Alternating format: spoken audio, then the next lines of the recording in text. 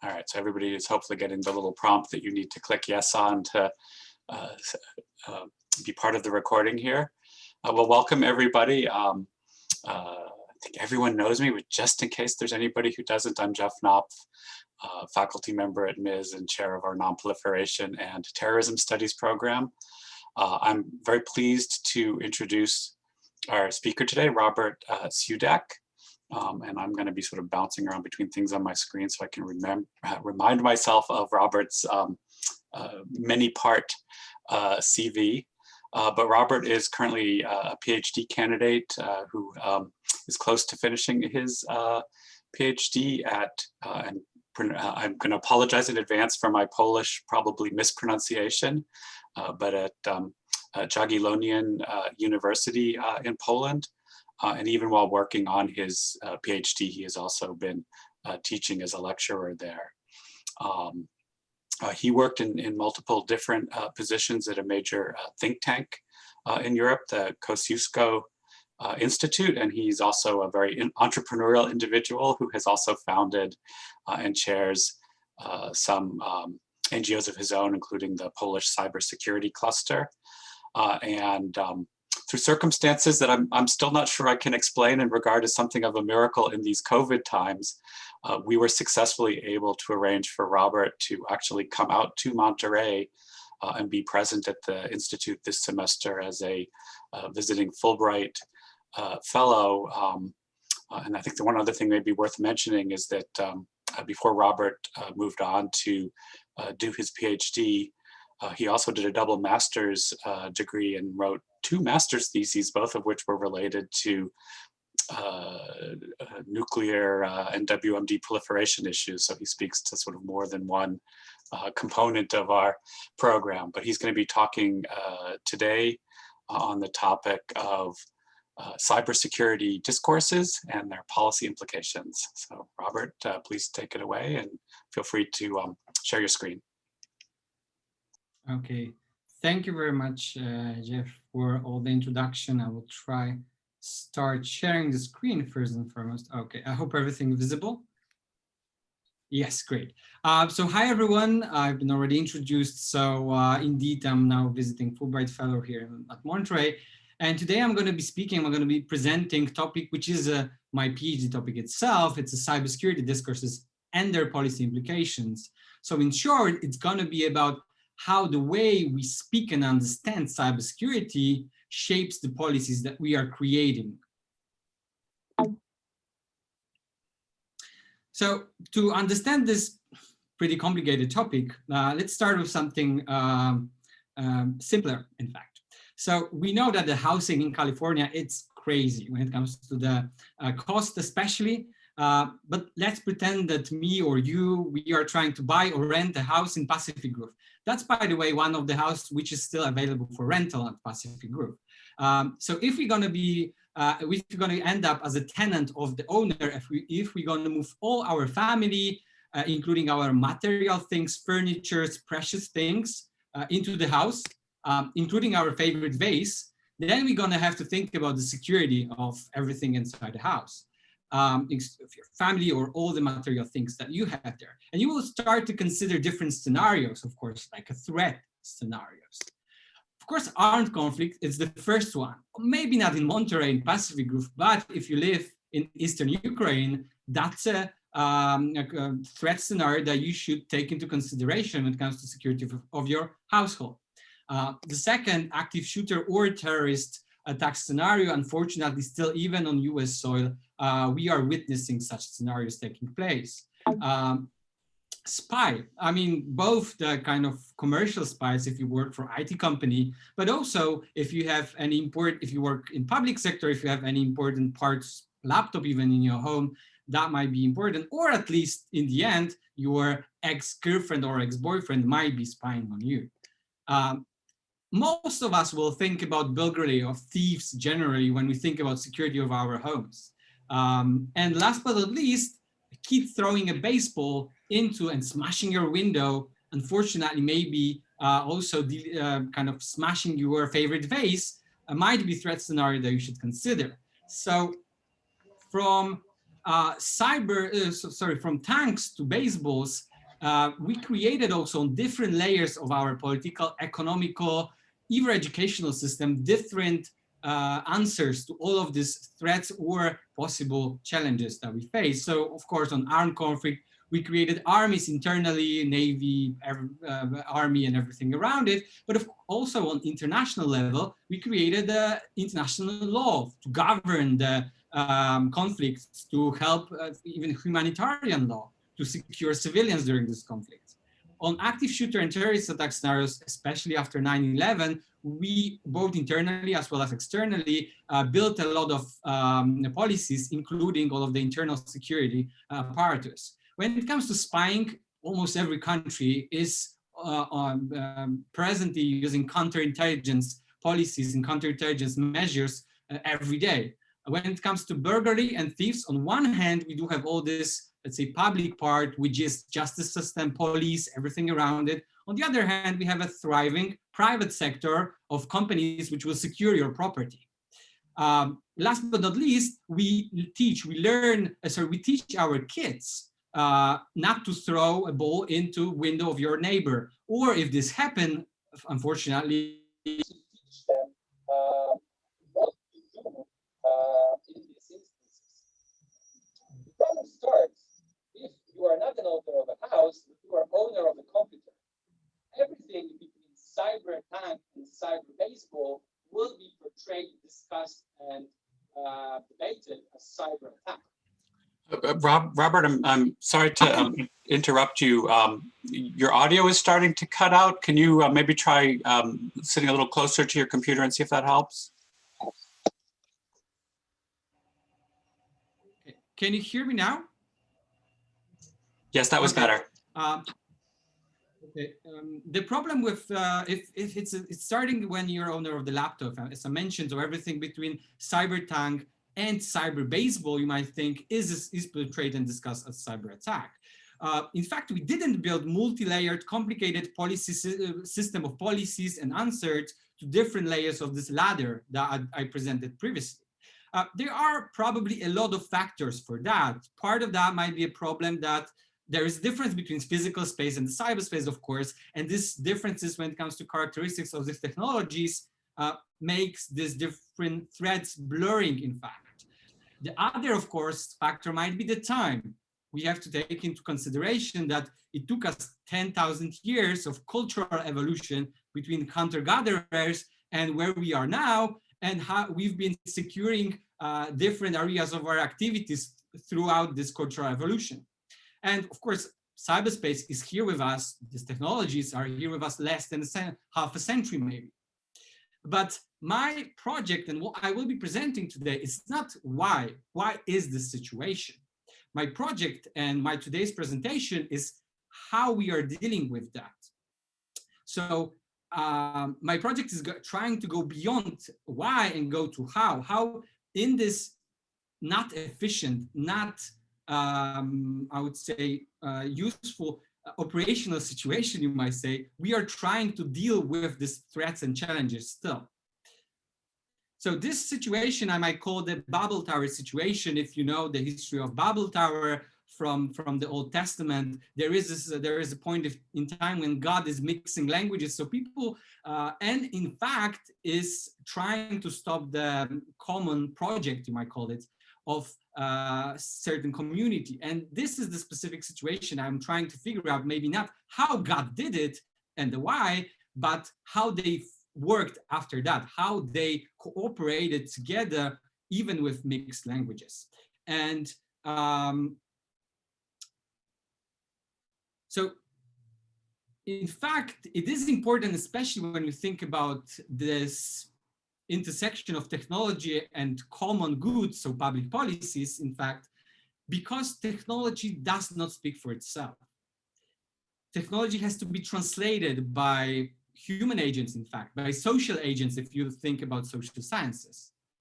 And to put it bluntly, zeros and ones are not understandable by most of population, including even the best and the brightest, and including even congressmen, presidents, and all other decision makers on the policy level. Speaking about congressmen, 2 weeks ago I had the pleasure to host at the European Cybersecurity Forum Cybersec a panel with an expert, with a politician who you might be familiar to you, most of you, from Monterey. He served for many years as a member of Congress representing our district, where the Monterey country is included. He also happened to be director of the Central Intelligence Agency, and Secretary of Defense at the time when US strategies, policies, but generally also the whole institutional system around it when it comes to cybersecurity have been created. He is also, most importantly for our today's presentation, he is also associated with the term Cyber Pearl Harbor. It's a warning which he voiced already in 2012 of mass attack on critical infrastructure, which might harm the US economy, US society, generally the US state.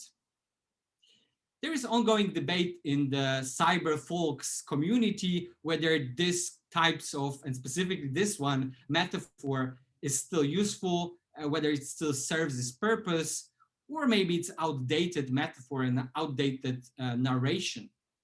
For me and for my project, this metaphor, this term Cyber Pearl Harbor, it's not only the one metaphor, it's a single sign of the whole network of meanings behind it. If the decision maker is using the term Cyber Pearl Harbor, he automatically is trying to build the bridge, the connection in audience mind to national security discourse, to including notions such as sovereignty, such as total war in this case, something which so heavily impacted almost whole globe during 20th century, and multiple others notions which are in the background, which are the network of meaning behind the simple phrase where he says some Cyber Pearl Harbor. This is what I refer to as a discourse. So the discourse would be this network of meanings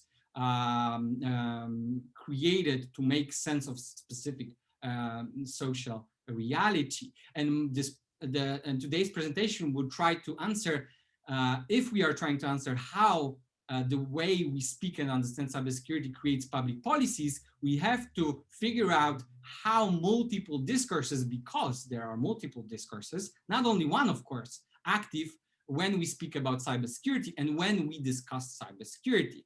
So the question would be, and the question mark here that you see, would be how this translates into end product, you might say, policy solutions that we ending up creating, either laws, regulations, maybe special measures or prerogatives of some security apparatus, or maybe a specific institutional structure we create. To research that question, between 2016 and 2021, so 5 years of research, I used 3 methods. And most importantly, I used one case study. In this case, this was a Polish case study, so Poland as a case study. But as you will see, the results are pretty, I might say even global, but for sure transatlantic when we think about European and Western countries when it comes to how these conclusions are framed. So in the research project are used 3 research methods. The first one would be semi-structured interviews. The second one would be offline surveys. And the third one would be participatory observation. So the first one, semi-structured interviews, more than 40 hours or in-depth interviews and discussions with such people as Minister of Digital Affairs, government plenipotentiary for cybersecurity, directors and chairs of different organizations, including NGOs, but also cybersecurity companies. The second method was offline surveys, so almost 400 respondents from 2 main groups, the one public policy audience and the second one IT security audience, so technical people. And the third one, participatory observation. So thanks to my professional work, where, as already Jeff mentioned, I've been working at that time still in one of the leading think tank working on cybersecurity in the Central and Eastern Europe, the Kościuszko Institute, but also in Polish Ministry of Digital Affairs when I chaired the group on security of small and medium enterprises, I've been able to gather more than 9,000 working hours focusing on this topic, 32 conferences and 22 working sessions during this 5 time. What are the conclusions? There are 2 main conclusions as a result of the research. The first one is that it's not only discourse that is important. If the discourses are networks of meanings, in every discourse there will be different frames. So you might think about frames as stories built within specific discourse that are trying to interpret, create specific scheme of interpretation, and present specific issue with the use of its own logic, structure of relations within this discourse. So trying to connect these dots in a specific way within this discourse. That's the one conclusion. The second one would be that there are 2 dominant discourses with 2 dominant frames, which are shaping policy solutions currently in the research period I've been doing. The first one is national security discourse with the state frame, which I called state security. And the second one is information security, InfoSec discourse, which I framed with the frame network and information security. So let's move a little bit to the research itself. So I've been asking people, when you hear cybersecurity, what are first 3 words that you associate with the term itself?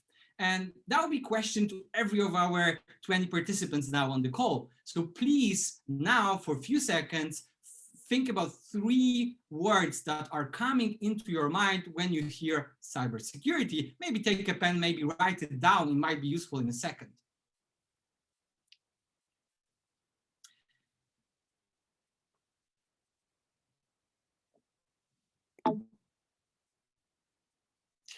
This is the map that I received after my research. The bigger the word, the more people included it in its answers. You can now check whether this have been the same words that you written down on your piece of paper.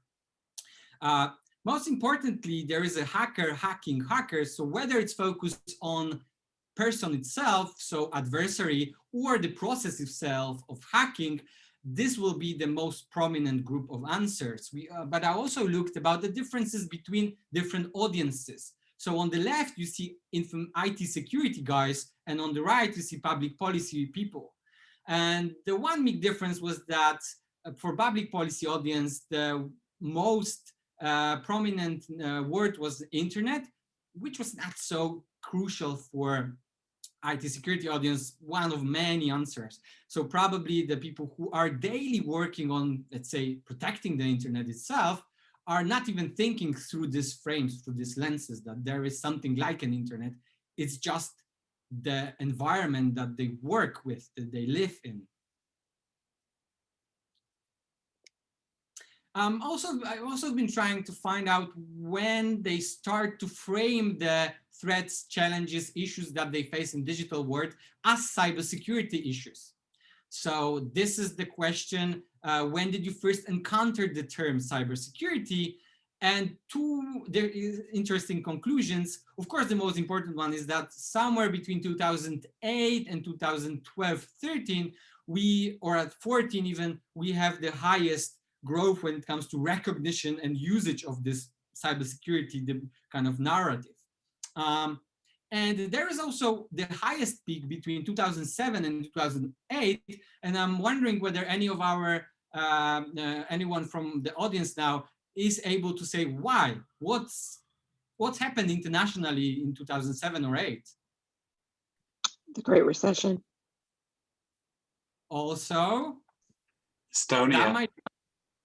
Exactly, Estonia. So it was probably due to Estonia, the whole attack of DDoS attacks, so distributed denial of service attacks, which in fact caught the Estonia, maybe not unprepared, but at least attacked both the public sector as well as the private one.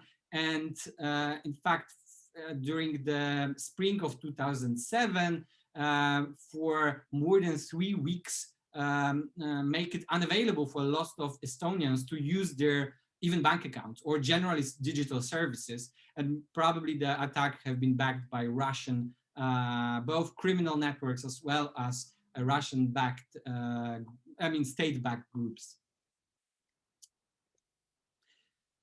We've been also asking, or I've been trying to find out, what is the role of the state in the cyberspace in terms of security? So how you understand the role of the state? The answers might be perceived as the three different groups, but for me the most interesting part was that whether this the country is responsible for the cybersecurity of a citizen. So even using the term citizen, in fact, is like you trying to build some kind of a connection to specific discourse, to specific different understanding. So if you think about the whole idea of the Thomas Hobbes Leviathan, the state have been created in order to secure this citizen, this person. So we are, as a community, agreeing to have a state because the state is providing us the security.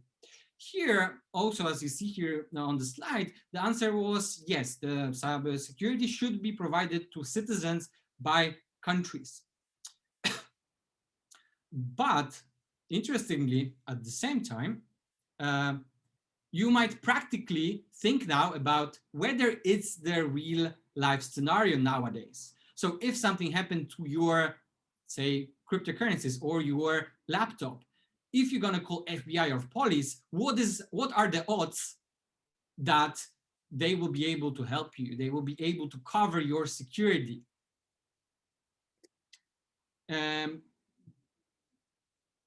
The small minor difference in this case also been visible when it comes to the difference between IT security people and public policy. The IT security, roughly only 50% of people agreed on that. And when it comes to public policy audience, more than 80%.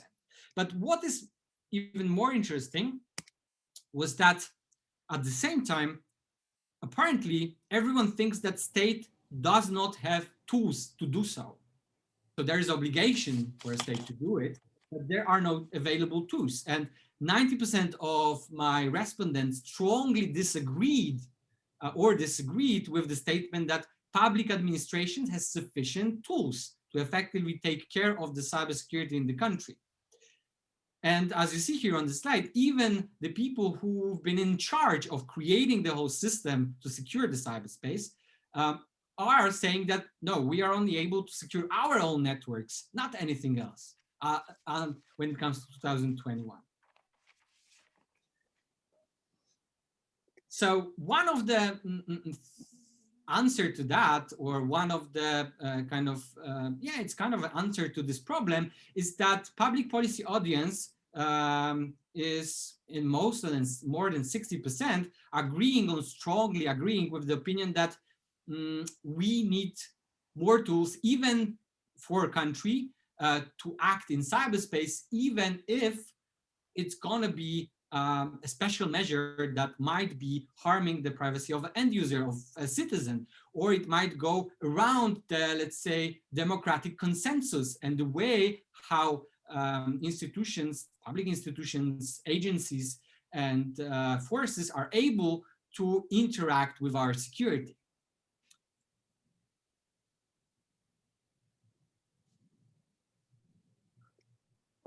So to sum up the research, this is the map. It's kind of a summary of the whole research of my case study. One more time, I will mention that this specifics been focusing only on the Polish context, but I found that there have been 5 discourses are pretty universal. So there's been info security discourse, security discourse, human security, global security, and economic interest as interesting rising discourse when it comes to cybersecurity. In all of these discourses, they've been 12 frames that I mentioned before, the role of the frame. And the three main conclusions would be that first and foremost, there is ongoing process, not only in Poland, but also in other countries, of something which I refer to as a widening cybersecurity. So the areas of activities that we want to put on the list of to do for a state when it comes to digital security is widening. So if in 2008, in this context, it was mainly security of internal networks of government, of a specific agency, in 2021, there is a lot on this list, including acting when it comes to disinformation, securing critical infrastructure, securing essential services, and many other points on this list. So this process I call widening through this period of cybersecurity and how and where states should act. The second point is that in this widening process, I found out, if in the context of political theory, that there have been a policy window between 2015 and 2018. So during this time, policy entrepreneurs, so actors who've been kind of pushing and promoting specific discourses and frames, and in the end, specific policies, have been the most active, and there have been option, in this case, because of legislative process, to include it in the final structure of the system. And of course, as I already mentioned, these two dominant discourses taking a kind of fight within this policy window. It was InfoSec and national security. And now I will focus on these two discourses because they are the prominent discourses and frames, of course, not only in my case study, and I probably don't have to say it for Middlebury people who are so into the translation and international, I would say, layer of understanding between different cultures and languages, and sharing the whole perception of, in this case, threat in digital space. So these dominant discourses that you see here, the main difference between them is that the challenge that we face in digital domain is different. In case of infosecurity, we're speaking about systemic risk. These technologies are not built with security by design. Therefore, there is systemic risk in the whole system, technological system, but also all socio-economic system around it, which is so dependent on these technologies nowadays. Secondly, when it comes to national security, of course, we have this traditional existential threat. Think about cyber Pearl Harbor. There is a threat and we need to act in the face of this threat. And what you can do in systemic risk, you can govern the risk. In case of existential threat, you have to either eliminate, diffuse, or prepare yourself to face it. When it comes to what we want to secure through this, in these different frames, we call it referent objects, they are also different. In InfoSec, we're focusing one more time, as I will stress this, on this network of interconnected, in this case, socioeconomic actors, you might call it, in the system, and the role of these technologies within daily lives of in this system, how dependent we are and the system is on these technologies. In national security, of course, it will be the state per se, including citizens and generally the state as we perceive it, but also in some areas, it will be more focused on public administration or military capabilities. Threat scenarios are also somehow different. Some of them are similar, as you will see, but mainly they have different gravities. So in infosecurity, it will be criminal acts, state-sponsored attacks, but also accidents, user errors, because they are also have to be taken into account when we build this risk governance model. In national security, it mainly focusing, of course, on warlike activities, terrorist acts, and foreign intelligence collection. Last but not least, I would say even one of the most important when it comes to my project, when it comes to this presentation, would be what are the means available in this narration, in these frames. So, of course, if you govern the risk, you create a process of risk governance through different technical means, organizational means, but not only within the specific institution or organization, but also on the nation state level through public-private partnership and other distributed types of activities. If you think about national security, the policies, the means that we have to have in order to face existential threat are, of course, military capabilities, surveillance, internal security measures, and other special measures that we might call them this way.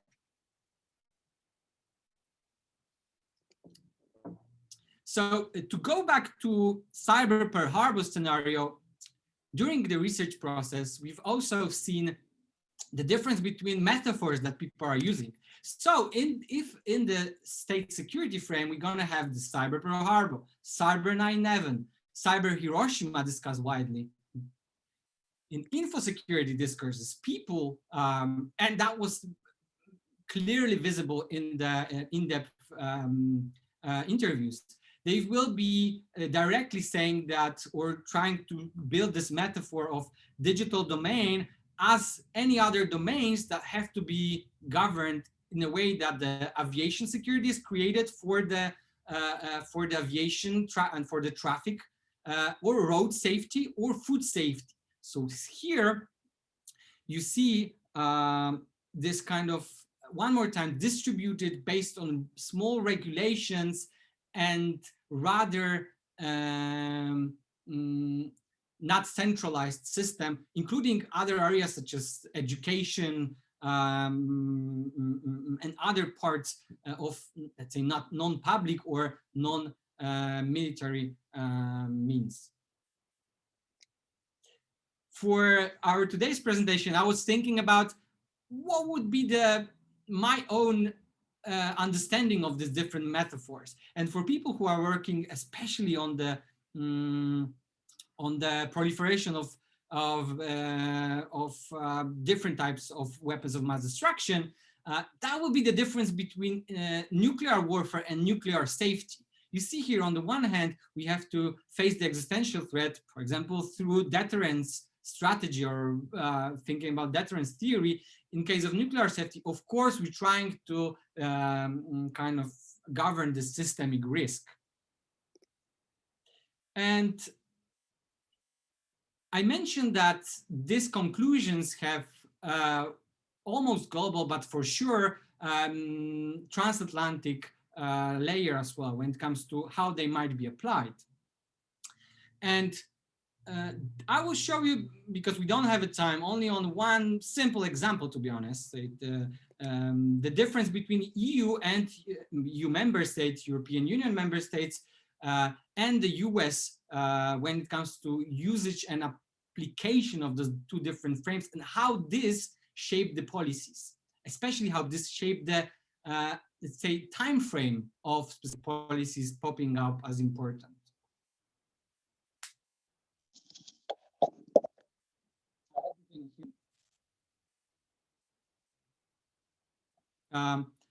Okay, so if you think about, of course, there is really the research area of something which is militarization of the cyberspace, especially in the United States. A lot of books, a lot of researches have been done on that. And indeed, as a result of that, US Cyber Command is one of the first around the world, which already starts to exist in 2009. So we are preparing to face this existential threat with our military capabilities. On the other hand, of course, cybersecurity and infrastructure security agency is not the only policy solution entrepreneur, but it is important sign that this is only created in 2018. And this is specifically the agency which is currently working on this, let's say, public-private partnership and creation of state nationwide system to govern the risk in our systems. To govern the risk through different means, including incident response, situational awareness when it comes to cyber attacks, but not on the organization level, specific one like company, but on the sectoral and nation state level. On the other hand, we have the European Union, which already in 2004 is creating the special agency, a European Network and Information Security Agency, which still is working on this within the same, I would say, paradigm, within the same narrative of creating and building, in this case, pan-European network of incident response and sharing knowledge, sharing also good practices when it comes to handling cyber incidents. On the other hand, if you will look for cyber commands in European countries, in member states of the European Union, they are only here for a few years. Especially, I gave you here example of Germany, France, and Poland, which created their own cyber army, their own cyber commands, only lately in 2017, 2019. So you see here that this frames, these discourses and people behind them, so these entrepreneurs, policy entrepreneurs using them in order to shape the policy debate and the process, even the legislative process, have been, of course, able to somehow do this, but with different time frame when it comes to EU and United States. Thank you very much for your time today. And it's an open invitation for everyone to our Cyber Collaborative website as well to see what we are doing there. A lot of interesting projects, a lot of interesting materials will be available there, including our podcast session, our podcast series, and many others. Thank you very much for today. All right, thank you, Robert. That was fabulous, and it's really a pleasure and a great opportunity to have this excuse to find out a lot more about what your own research has been about.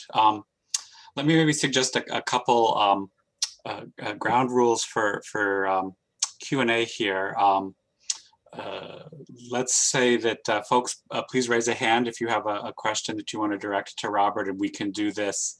If you click on the participants tab at the bottom of your Zoom link, and probably everybody's already experienced with this, you should have the option to do the little blue hand raise. And if you don't want to do that, I'll show off my limited knowledge of lingo from the virtual reality community. You can also raise your hand in the meet space and just kind of wave at me, and I will catch you. Let me ask the first question, because this is one that I think will be of general interest to at least all the students on the call, and maybe we'll plant some more follow-up questions, then we'll turn to the audience. But if you were able to continue here at MIIS and teach, can you just outline for us very briefly maybe the top 3 or 4 classes that you would be the very most interested in teaching, and just say a little bit about your teaching style and pedagogical philosophy? Sure. Thank you for this question. So not surprisingly, most of them will focus on new technologies and different parts of security on them. So for sure, the core of my activities would be on both the introductory course to cybersecurity, but also the kind of advanced course on global cybersecurity. So including not only the what I already am doing now during this semester, not only the how it is working currently when it comes to, let's say, main technologies, main challenges globally, and so on, but also, interestingly, how different states or how different even organizations are dealing with these challenges differently. So that would be probably core. But apart from that, more, I would say, applied course, I might call it, would be the course which I'm planning to have on writing public policy reports, to run it like a workshop and to have every year a final product of a policy report on new technologies, if possible, and security of new technologies in terms of their policy implication in main areas. So in this case, I hope my professional experience writing dozens of this kind of reports with numbers of companies as well will be useful in order also to get the kind of practical hands-on experience for students with that. And even then to have it as one of their first, let's say, policy product that they can put in their resume, that they can use on the market when they already graduated. I've been so these are the three probably core areas. I've been also proposing, if I'll be able to have more capacity, I'll be also proposing artificial intelligence course. So probably an introductory course of the public policy towards this specific, I would say, family of technologies. And all, not only security, but all the ethical, all the even the social implications, and importantly, economic implications, of this mass implementation of the technologies. It's not about machine learning itself, you might say. It's about how it's going to be implemented in our economy and what kind of fallout after that will be, if you think about a lot of sectors in the economy, how it will revolutionize them. When it comes to, and the second part of the question was about my kind of philosophy of learning. So when it comes to that, for sure, I'm trying to blend as much as possible this professional / and academic words, and I'm trying to put this into my classes already, the ones that I've been teaching before at the Jagiellonian University and other in other places. So in fact, to breach the understanding of these cybersecurity challenges, which are well discussed in cyber folks community when it comes to academia, but also you mentioned that I'm currently chairperson of the Polish cybersecurity cluster, which is in short organization gathering all the cybersecurity companies in Poland. That's the goal of the organization. So I'm trying to also include this perspective of the industry in my classes, and of course of the policy. I mentioned also I've been pretty active especially in European context of that. So in fact, I'm trying to somehow bridge those two words. And I hope at least that as the result of my classes, someone who is ending the class, he has not only this theoretical understanding of what is cybersecurity, what strategies we have, but also more hands-on understanding of how to deal with that, how to use it on the market, how to think about your own role in this industry and in this kind of conjunction of different areas. Great, thank you very much, Robert. I have three faculty members in the queue, Philip, Avner, and Moyara, but 1 second, Philip, before I turn it over to you. I see that we have our VPAA, Jeff Dayton Johnson, also here, and I know that you have a busy schedule, Jeff, and may have to run off to something else. So if you had a question or comment, I'd like to offer you the floor first. Thanks, Jeff, and thanks, Robert, for this really, really enlightening presentation. I don't have questions. I'm really interested in what Robert has to say to Philip, Avner, and Moyara, and to students if they raise questions, though. Great. Okay, thanks, Jeff. So Philip, you're next. Cool, thanks. Well, thanks for this talk, Robert. That was really interesting. And I also just want to say thank you for the energy that you've brought to our cyber collaborative this semester. It's been a real pleasure having you as a colleague. And also, I really appreciate this talk because it's this very academic talk, actually, but it's a really nice framework for nesting everything that is cybersecurity within, both the more academic and the more policy-oriented questions. So I really like it as a broad framework. The question I had for you is, I guess, related to the talk, but kind of distinct. I was just thinking, if you were a kind of auditor of US cybersecurity efforts, how would you grade the United States? You know, you're someone who, although you're focused on Poland and rooted in Poland, are deeply invested in the transatlantic relationship. You just interviewed Leon Panetta. You've engaged with a lot of the US folks. So grade us on cybersecurity. You know, how are we doing? And what are our areas for improvement? And where would you applaud what we've done so far? Really good question. Not planned for what it's worth. So. It would be a pleasure to answer it. Never thought about it, but if I have to grade it now, I would say that there will be two grades. The first one for this maybe offensive, but generally the cybersecurity capabilities, because in a lot of indexes, even international indexes, you will have index for cybersecurity capabilities, for example, published yearly by Harvard Belfer Center. And of course, in this case, US is doing great job. So developing a lot of potential both within the NSA, but also trying to breach the intelligence/military domain with the specific structure, combining the through the one person as the head of both the Cyber Command and the NSA cyber forces, and so forth and so forth. So this kind of trying to build internal capabilities, it's A grade. But on the other hand, and it's a leitmotif of every cyber talk when it comes to grading US, probably, the cyber policies, is that the most advanced countries are also the most, in fact, weak when it comes to cybersecurity, because the more digitalized the system, the economy is, the most threat surface, the most attack surface are there. And I think here, because of this kind of debate on how we're going to build our internal capabilities, and especially military intelligence capabilities, that was the core of what happened in the, let's say, second decade of the 21st century here. The area which is now only starting to be the real important one have been pretty, I would say, not so good, at least B or C, which is in fact this building internal risk mitigation systems on the state, or in this case on the federal level. So I mentioned that, for example, in European Union, you have 2016 Network and Information Security Directive, the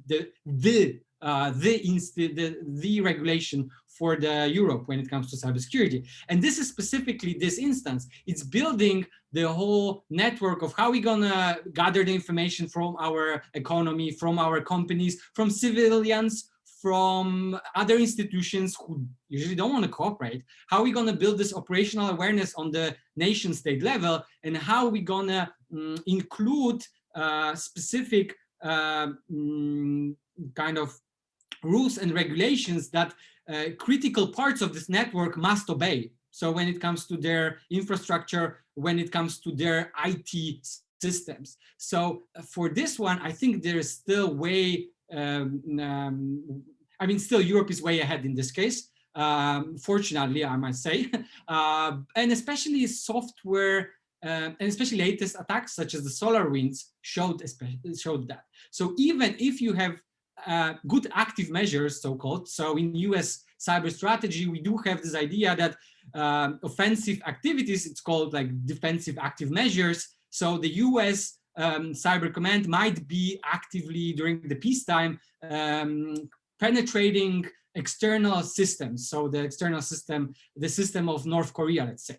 And probably that is the top-notch work, and that's what they do. But on the other hand, the question is what we do here on US soil. And then this is also the whole second debate of what US agencies might do in the United States when it comes to, for example, intelligence and to better secure internal networks, because so far it's been strictly limited due to, you know, security, privacy concerns and others. So I think there will be two grades, and there is still a lot to do when it comes to the second.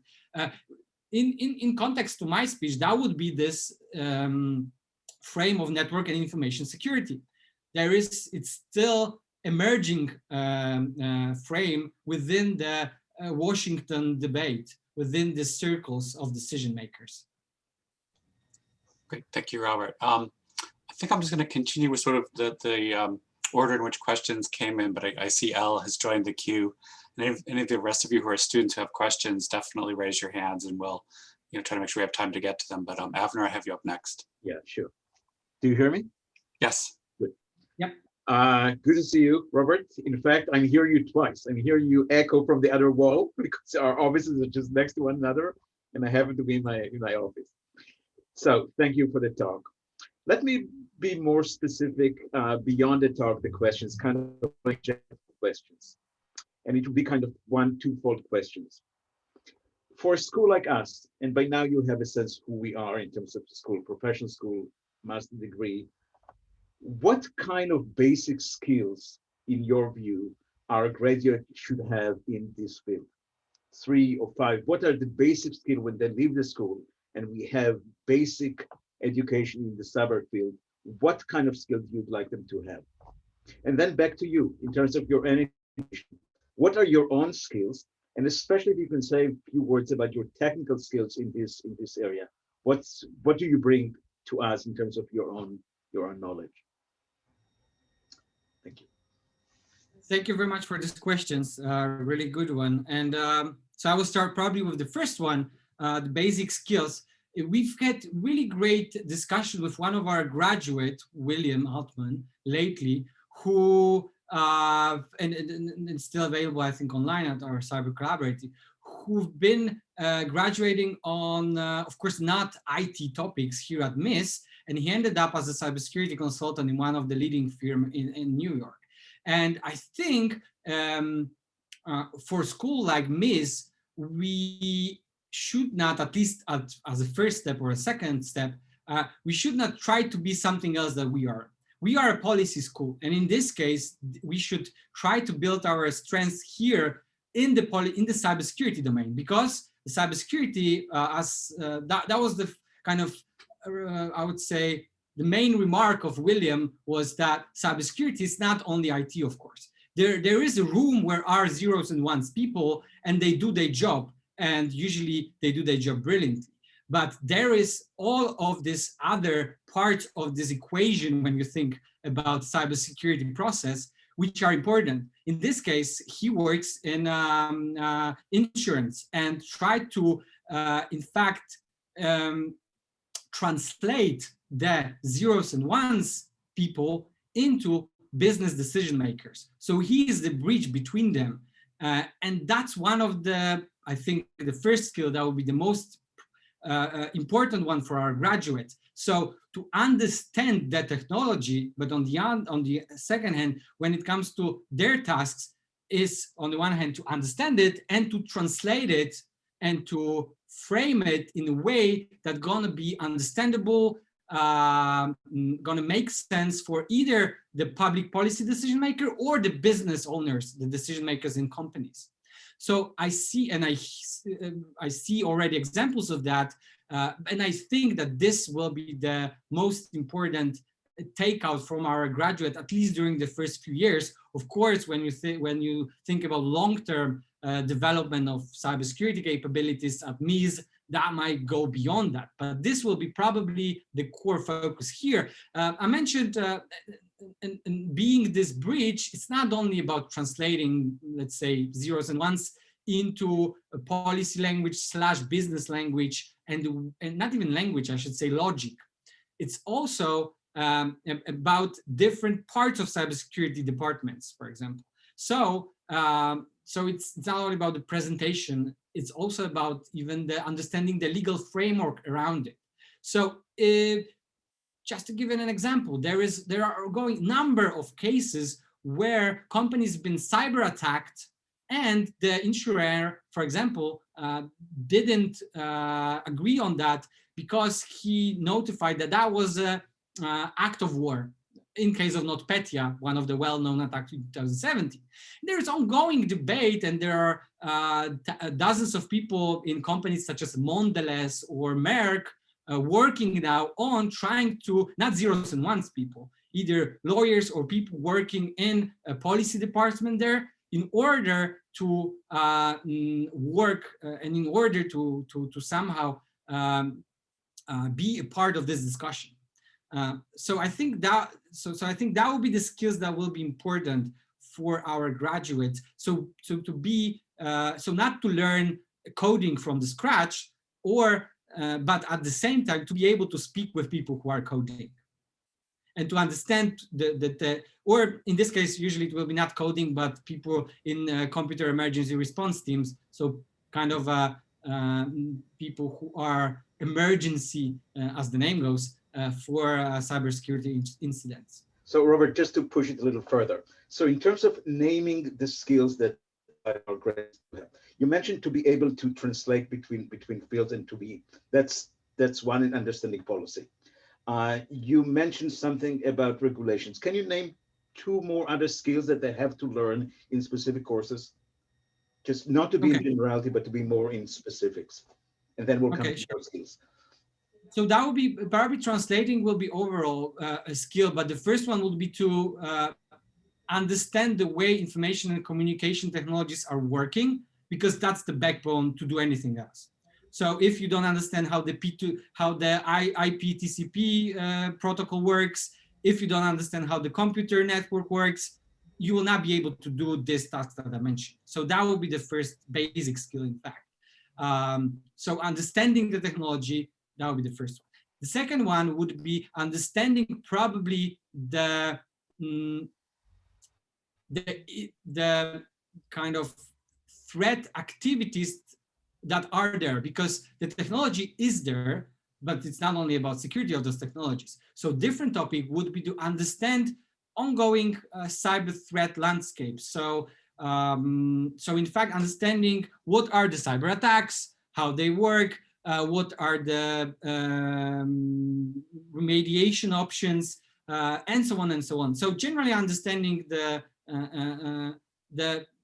surface of attacks, I might call it, against these technologies. So if something happened, you will be able, as a graduate, to categorize what happened, in fact. And you will be able to connect with historical examples, because probably that's the most important, to what happened. Before that, what kind of tools being used, because to be honest, of course, there are sometimes really new techniques and really new code and other, let's say, novelties. But in most of the cases, if you were working in cybersecurity industry for even, let's say, 2 or 5 years, you see that there is a kind of, there are patterns that are repeated all the time. So that would be the second one. So to get this understanding. And if I have to pinpoint the third one, that would be maybe connected more to my course on writing a reports. It will be more like a soft skill, but being able to present those, not technologies, but to present the challenges and topics in public policy that we have in a way that is understandable, not in academic terms, but for general audience. So to understand technology is one thing, but to describe it for everyone is the other one. So I think this, I will try to pursue this goal in this public policy report, and especially, of course, and especially I think that might be useful in the market to create a content, in fact, because there is a problem that is still ongoing problem, that on one hand we have really specialized Reddit podcasts and other GitHubs, and on the other hand we have the problem that even the best journalists sometimes are not able to present properly the challenges that we are facing in digital domain. And now your own skills. And the second question was about my own skills. Can you repeat that a bit? Just what kind of technical skills I have? Your own education in this area, and how you can respond to, in terms of your own education, to those needs in terms of areas that you believe in. Yeah. Sure. So I don't have IT background. I understand. I mean, I'm like many people working in cybersecurity. I'm trying to learn myself a lot of stuff. So I understand, of course, and I learned about how this technology works in the background. I'm not coding itself. I mean, I'm able to do something in Python, but it doesn't count as really coding, I think. The most important, I mean, the most of my work have been focused so far on the cybersecurity industry itself as well. So it's interesting because there are different categories of solution and services there for different parts of computer networks. So I have the understanding more or less of how this domain is, let's say, commercially and even technically presented. So what are the solutions? What are the different niches of discussions even sometimes? So there are people who are you know, there's different discussions on network or let's say CM solutions. So when it comes to gathering the information from computer networks, there are different discussions when it comes to cryptography. There are separate discussions when it comes to the identity management and what kind of solutions and techniques we might use for that. So these are the techniques that I think also not only from my academic background, because the academic background is important here, but also from my professional background and kind of live day-by-day work with these topics. When it comes to the kind of understanding the market, you might call it. So that would be the second one. Of course, the third one probably would be the understanding the policy process itself. So I've been, I'm not sure how successful, it's probably, no one is able to say, but I've been actively part of this public process at the European Union level, in the European Cybersecurity Organization, trying to push the perspective, in my case, of the industry to support the growth of innovative industries within the public policy. So it's not only about, so in short, the narration goes like that cybersecurity is not only a challenge, it's also a chance for innovators, and especially in Israel case, it is a leitmotif of their policies. They are building one of the most thriving ecosystem of innovative startups and companies, and it's a part of their policy towards cybersecurity. Therefore, for example, they're opening cooperation with the military in order to have more competitive commercial sector or smaller businesses. The same scenario which already is happening in UK, for example, when the main intelligence agency is cooperating actively in acceleration of startup, for example. So that would be the second part. So I have from my working experience, understanding of how policy process works, including cooperating with US partners such as Chris Painter or Melissa Hathaway when it comes to their role in US policy debate on cybersecurity. Thank you. All right, Moyara, you had put a question in the chat, but it strikes me it was very, very close to what Avner asked. But do you want to unmute and add anything from your question? Yeah.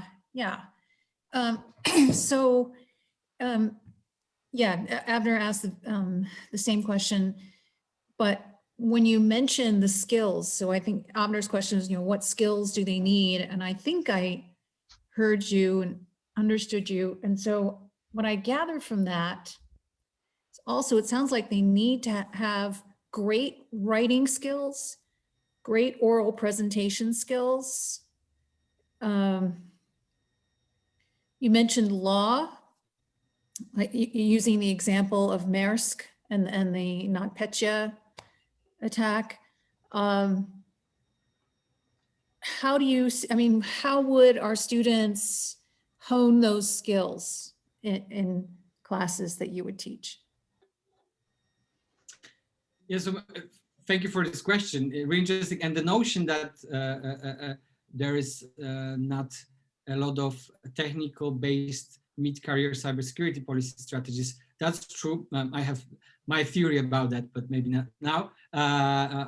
So when it comes to how our students will gather these skills, I know that already a lot of classes are focusing on the career on the presentation and oral speaking kind of skills.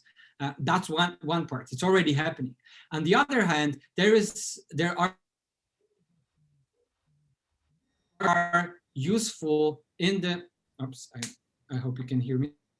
Useful in the jobs that we described. So more and more communication now is moving, especially when it comes to incident response, and companies is moving to blog posts, is moving to newsletters, is moving to exchange of specific structures of emails. And I think that's also something that I will try to kind of research as a part of my, and include as a part of my courses. So of course, a lot of cybersecurity incidents is happening. And to make this communication, in fact, the strategic communication viable, a lot of corporations, but also companies included special channels to be in the contact of potential clients or victims or anyone else. And I think that's also worth exploring to craft, or for example, if our students will be able at the end of the course to craft their policy responses or general informations within this kind of frameworks, let's say the blog post, this will be something that will be directly useful for these companies.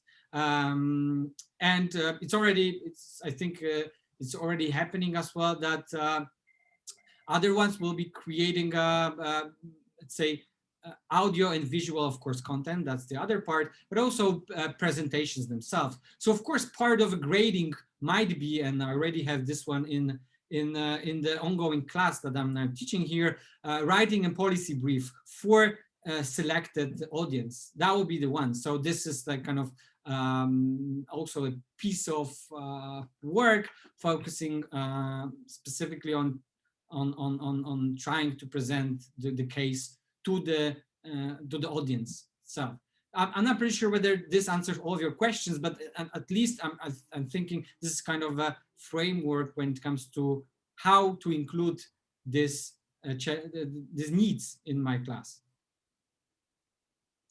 All right, well, we have Elle up with the next question. I don't have anybody in the queue after her, so any of you who are students on the call, don't be shy. This is your chance to probe what you could get out of Robert if he joins us, past this semester. But go ahead, Elle. Hi, great presentation. Really enjoyed it as always. But it's been such an honor and it's been such a great time working with you just through the Cyber Collab this semester. And I know I personally have learned a ton from you. And maybe uniquely, I have, a great look into your background, and you've done so much. You have like such amazing success, such a varied background and everything. And I just wonder, and maybe it's not so much a substantive question, but you've done so much already in your career. Why have you chosen to pursue and invest in MIIS and MIIS students with your already amazing career? Thank you very much. It was really a pleasure to cooperate with you, Elle, by the way. And I hope you're going to have a chance to cooperate still. There is a lot to do. And when it comes to my decision to cooperate with MIIS, due to this, as Jeff mentioned, crazy COVID situation, we ended up cooperating, kind of a sign from somewhere.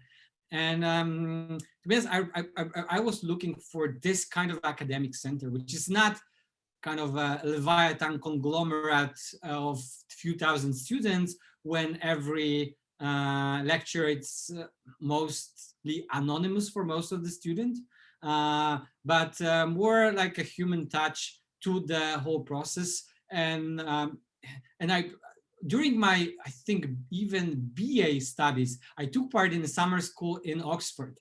And that was kind of refreshing for me, that they are able to provide the classes with the lecture even for 2 students, for example. And that's the whole system that they built around it, and for a few hundred of years. And that was something which was not only surprising, but a great kind of mind changer.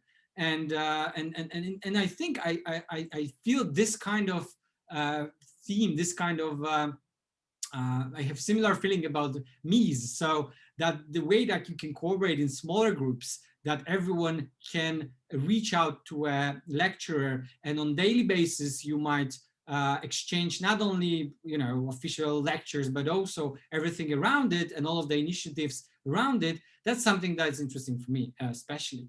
And this,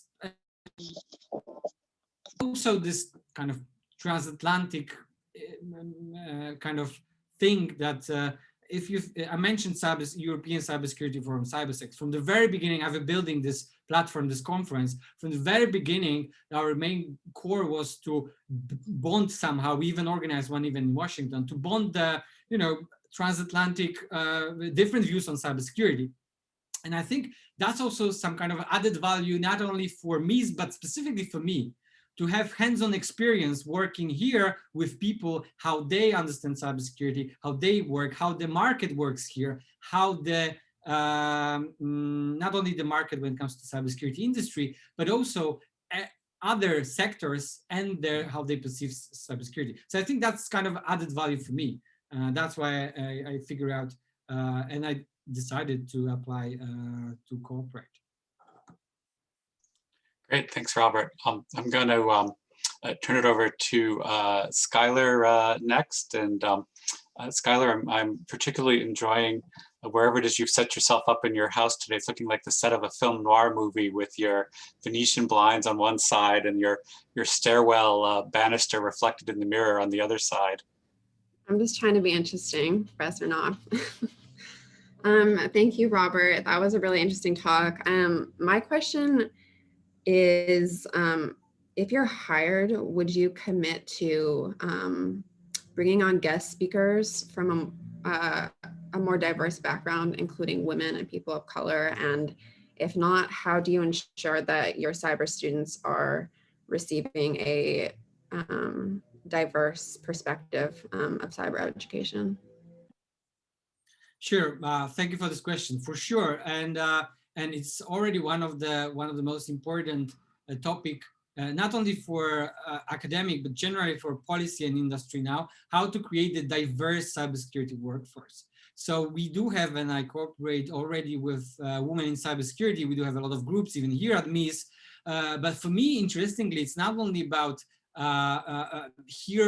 diverse group from the US, but also diverse group from different cultural backgrounds. So, for example, there is even a women in cybersecurity group in the Gulf countries, and that's important for me because even it's some part of my, I might say it's some part of my research interests, different perspectives from different cultures on cybersecurity. And there are really interesting scholar works as well as how cybersecurity professionals are working in, let's say, Gulf countries, in India and in Europe, and what's the different best practices there, what's the different understanding of their role in a system in society.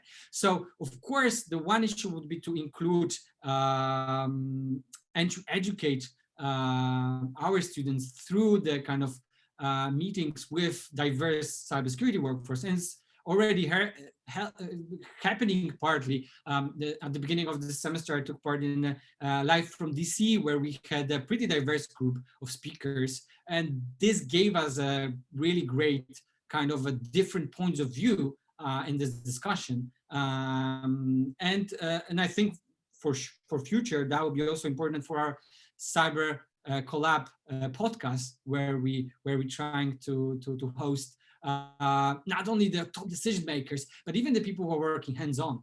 And that would be also for me interesting. Not only diversity in terms of the terms that you mentioned, but also the diversity in terms of where in cybersecurity industry or domain we work, whether we are IT specialists or whether we are, heads of the state who has to deal with the cybersecurity. And these different perspectives are important because that's a tricky and interesting question for me. It's always, I'm starting with this, a lot of my presentation are starting with that. Although the information and communication technologies are the same globally and are the same for everyone, somehow we're ending up of different notions of them and different usages of them. And that's why when we built our both the workforce and we build our policy responses, we must take into consideration all of the different understandings. Thank you. Thank you, Robert. I think I may give myself a turn here and throw in one more substantive question, and then I see Philip has his hand up again. And maybe, if we have time, maybe we might be able to do one more question after that. I was thinking a little bit about, I think you're quite right that we have different metaphors and different discourses that lead us to frame the substantive policy problem in different ways. There was one that I remember some conversation about 10 to 15 years ago that seems like it sort of disappeared. And so I'm wondering if in your conversations, you had anybody who framed this issue more as a global commons issue, that, cyberspace, like outer space, like, the oceans is sort of a global common that we have to work cooperatively to protect. And I was surprised that that seems not to have been on the radar screen at all in the, discourse research that you did. It was there, to be honest, and that's interesting thread. I call this global cybersecurity discourse, and there are two interesting frames there. The one is this one that you mentioned. So it goes back into early 90s and all this independence of cyberspace idea that the countries should not, because it's kind of a common good, and people are there, not countries, and so on and so on. And this debate somehow not translated into, I would say, 21st century, a lot of movement when it comes to policy for sure. On the other hand, we have also kind of a global discussion of on the governance of cyberspace, of course, and all of this processes in the UN and on other multi-stakeholder platforms. 3 weeks ago, we had this report from UN group where all the countries agreed on the common report on the security on cybersecurity and governance on the of cyberspace. So now, but this specific one, they call themselves cyber libertarians at one point even. This was JP Barlow and others. This was, and interestingly, a lot of them had roots in kind of art. They've been poets, they've been other artistic souls as well. And they've seen at one point cyberspace as a domain which should be, this free from everything what is wrong with the real space when it comes to, in this case, it was late 20th century. But to be honest, there's one interesting frame also in this global security, which is maybe not direct connected to that, but is somehow resembles this notion of global common. There is this a frame which says that technologies are themselves an existential threat to the human beings we are now. And the developments of technologies, the rapid pace that we are facing, and the commercial logic behind it is in fact something which is threatening the whole cultural evolution of the human being that we created. And there are even ideas of, let's put the memorandum, like international memorandum, to slow down the development of these technologies, like we did in the 90s when it comes to bioethical memorandum, yeah? So there is this discussion, there is this frame pointed out, and I think that resembles a little bit like there is this common denominator between everyone else in the globe, but in this case, the technologies themselves, they are the threat. That's an interesting last point. You're reminding me of, I guess it's probably also about a decade ago, but when there was all this chatter about the so-called singularity, which I think was a little bit like Y2K. Unfortunately, it never, never came to pass. Philip, you had another question. Sure, thanks. I'm happy to jump in if we have time, and I know we're both getting to the end of time, and Zoom fatigue is a real thing. But I wanted to ask you a really tangible question, which is one of our strengths at MIIS, or potential strengths, is our proximity to Silicon Valley. And at CTEC, Jason Blazakis at our Terrorism Research Center has leveraged that really effectively. And so I just wanted to ask you, if you were associated with us as a visiting faculty member and helping to build out the Cyber Collaborative, what are some ways in which you might leverage that proximity to Silicon Valley and some of the existing relationships that I'm assuming you have there in a way that might benefit our students? Yeah, indeed, it's already part of the of the plan that I mentioned. To be honest, I should say it out loud. So the low-hanging fruit would be, and it's nothing. It's not like inventing a wheel, to be honest. But there is a shortage of cybersecurity professionals, not only IT, but generally anyone who is working in the domain. And cooperating with HR departments in this course, like the creating of policy reports, might be both additional value for these companies, because in fact we're creating a graduate who is already somehow during the course cooperating with their analysts for example.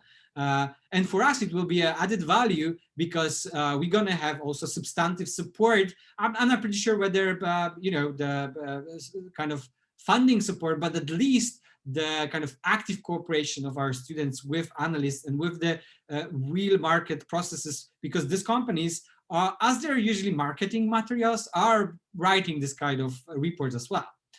So of course, more in-depth analysis are part of the services, but in many cases, public available resources are created as well as either kind of content marketing or other goals that they have there.